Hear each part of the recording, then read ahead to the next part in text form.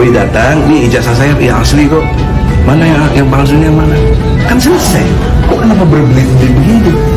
Kira Jokowi datang, ini ijazah saya yang asli kok. Mana yang palsunya mana? Kan selesai. Kok kenapa?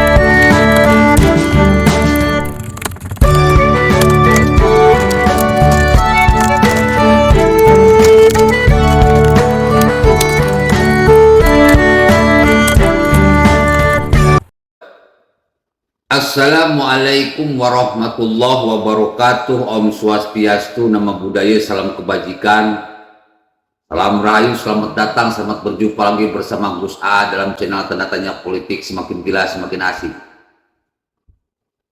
Egy Sujana, siapa orang yang tidak kenal dengan Egy Sujana? Dia adalah salah seorang pengacara yang tidak laku di dunia nyata. Karena tidak laku, maka dia banting setir masuk ke dunia kadrun. Di kadrun, prestasi itu nomor 1000, kualitas nomor 2000, kredibilitas nomor 3000, profesionalitas nomor 4000.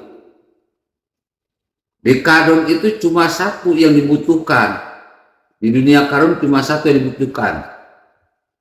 Kalau enggak goblok, tolol, dungu, bego, sinting, sableng. Cuma itu aja. Di dunia kadrun semakin goblok semakin laku. Semakin banyak duit semakin tenar, semakin viral. Semakin sinting, sableng, dungu, itu semakin laku dan semakin banyak duit, pamornya naik, orderan meningkat. Dan itu terbukti ketika si Egy Sujana gabung dengan kadrun, pamor dia menjadi naik, duitnya naik, elektabilitasnya naik, dikenal banyak orang. Cuman dikenalnya bukan karena kehebatan atau prestasinya, tetapi kegoblogan, kedunguan, ketololan, kesintingannya. Dulu dia pernah teriak-teriak kudeta, tapi kudetanya gagal. Nah sekarang dia mencoba dengan gaya yang lebih halus, dengan mengatakan bahwa Jokowi itu punya ijazah palsu. Dia mengajukan pengaduan ke pengadilan. Kan nggak ada kerjaan banget gitu.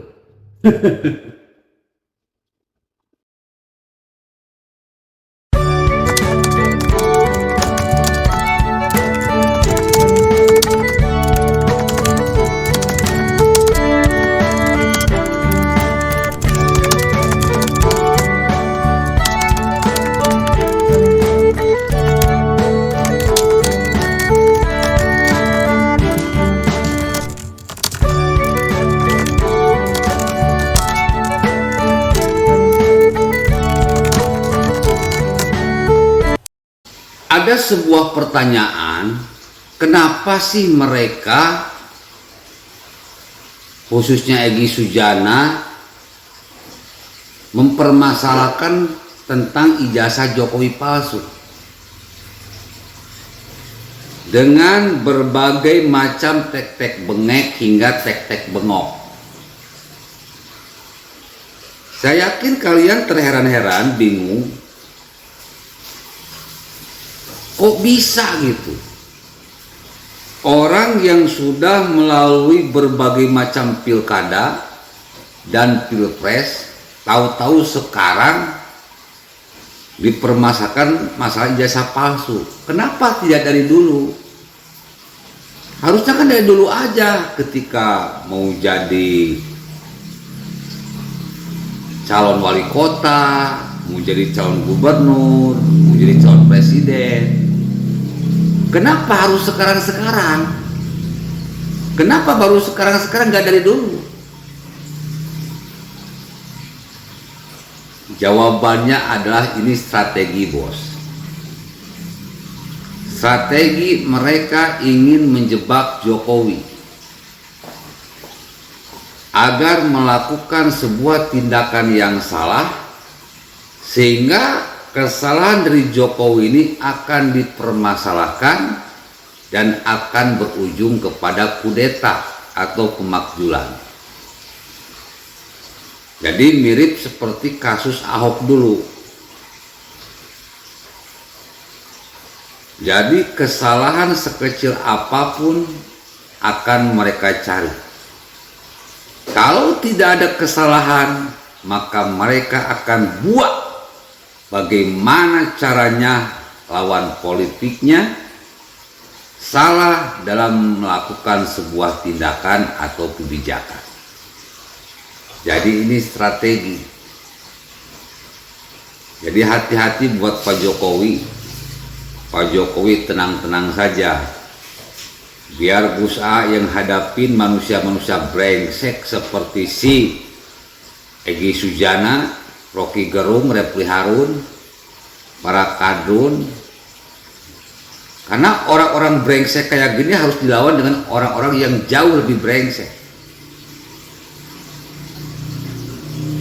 Orang-orang edan harus dilawan dengan orang yang lebih edan. Dengan orang seperti Egy Sujana dan kawan-kawan ini nggak bisa dilawan dengan lembut. Harus dengan lawan yang setimpal seperti Gus A.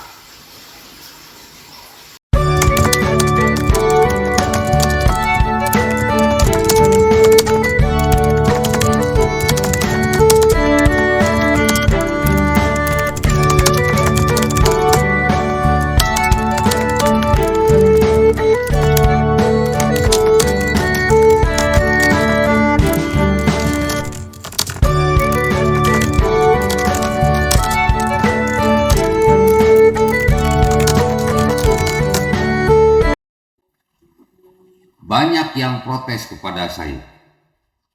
Kenapa si Gus A ini dalam melakukan sebuah reaction atau ceramah itu diikuti dengan kata-kata yang kasar? Apa tidak ada cara yang lebih baik, yang lebih bijak? Kenapa harus brutal sampai marah-marah, sampai teriak-teriak? Bahkan banyak juga yang protes saya bermain TikTok. Katanya nggak pantas Ustadz main TikTok. Bapak Ibu hadirin pemuda-pemudi sebangsa setanah air. Ketika kita berperang, karena bagi saya politik itu adalah perang. Ketika kita berperang, maka segala status seseorang harus ditinggalkan. Karena dalam berperang itu tidak bisa bermain lembut. Kalau lawan brutal, kita brutal. Lawan edan, kita edan. Lawan sinting, kita sinting. Lawan goblok, siapapun goblok. Wong perang, udah nggak usah mikir-mikir akhlak lagi. Kalau perang itu cuma satu, membunuh atau terbunuh. memukul atau dipukul, membacok atau dibacok, menusuk atau ditusuk. Kalau kita berperang pakai ahlak, benjol bro. Kalau kita berperang banyak diam, mampus kita. Makanya strategi Megawati yang banyak diam itu bagi saya sudah tidak cocok. Zaman sekarang itu dikenal dengan istilah street fighter, membunuh atau terbunuh. Karena orang-orang politik kalau kitanya diam, mereka tambah sableng. Tapi ketika disablengi oleh Gus A, mereka keras, Gus A lebih keras. Mereka sinting, Gus A lebih sinting. Lihat, mereka ketakutan, diam, membisu. Memang harus seperti itu kita berpolitik, biar mereka waras dari ketidakwarasan. Assalamualaikum warahmatullahi wabarakatuh.